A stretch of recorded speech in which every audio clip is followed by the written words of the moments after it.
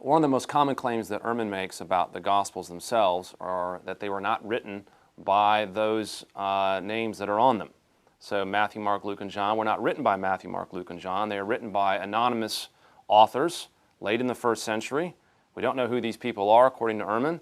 They're people that were probably Hellenistic writers outside of Palestine, simply putting down the stories that they had heard about Jesus. They weren't eyewitnesses, and we can't be assured that what they're telling us really took place. Now, that claim is reiterated often by Ehrman, but there's only one thing that supports that claim.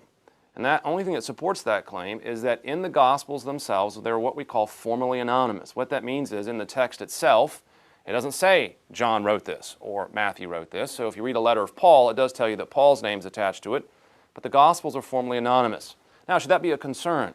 Well, actually not. When we think about ancient biographies often were formally anonymous. So the Gospels, leaving the names of the author outside the text formally, is not at all unusual. So then how do you know who wrote these books? Well, several ways that we conclude that the authors that wrote them are Matthew, Mark, Luke, and John, and it's simply this. First, the titles of the books.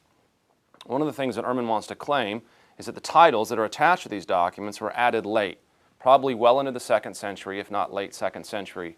That's when these titles were added. But that runs into a number of problems. Our earliest manuscripts of these gospel texts all have the titles attached to them, and we can see them. So as far back as we can see, these gospels had the titles with them. But moreover, one has to ask the question, if these titles were a late addition, how is it that we have such uniformity in what these documents were called?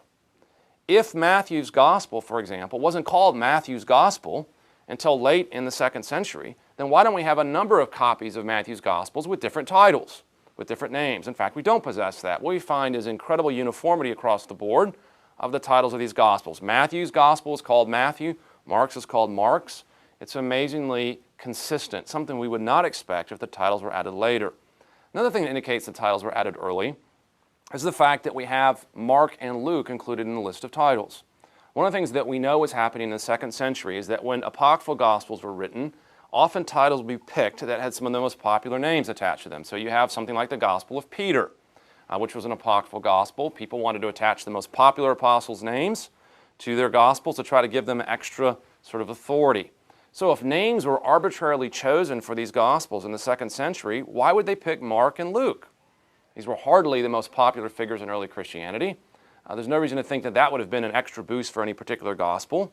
These aren't the names we would expect to be picked if in fact they were arbitrarily picked in the middle to late 2nd century. In fact, we know from other sources that Mark's Gospel is actually the testimony of Peter.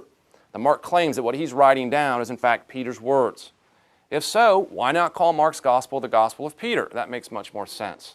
But instead, what we find is it retains the title, the Gospel of Mark, even though that's not the most famous figure you could give to that book.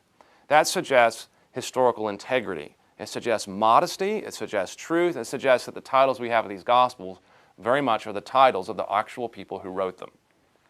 There's actually more evidence than that for why we know the Gospels are written by Matthew, Mark, Luke, and John, and that is we have very strong patristic testimony in this regard. Papias, who was an early church bishop in the early 2nd century, tells us and confirms for us that Matthew was the author of Matthew and Mark was the author of Mark. Papias was said to have heard the Gospel of John preach. If so, then he's only one step removed from the apostles themselves. Also, church father by the name of Irenaeus in the late 2nd century tells us that these 4 Gospels were written by Matthew, Mark, Luke, and John. Where would Irenaeus have gotten his information from? Well, we're told in the other early Christian writings that Irenaeus was a disciple of Polycarp, and Polycarp was a disciple of John the Apostle himself. So whatever Irenaeus tells us about the authors of the Gospels, most likely he got that from Polycarp, who got that from the Apostle John. That is a very reliable historical sequence. There are very good reasons to think that Irenaeus knows better who the Gospel authors are than modern scholars. And so if we take him at his word, we have every reason to think the Gospels are written by the names that are attached to them: Matthew, Mark, Luke, and John.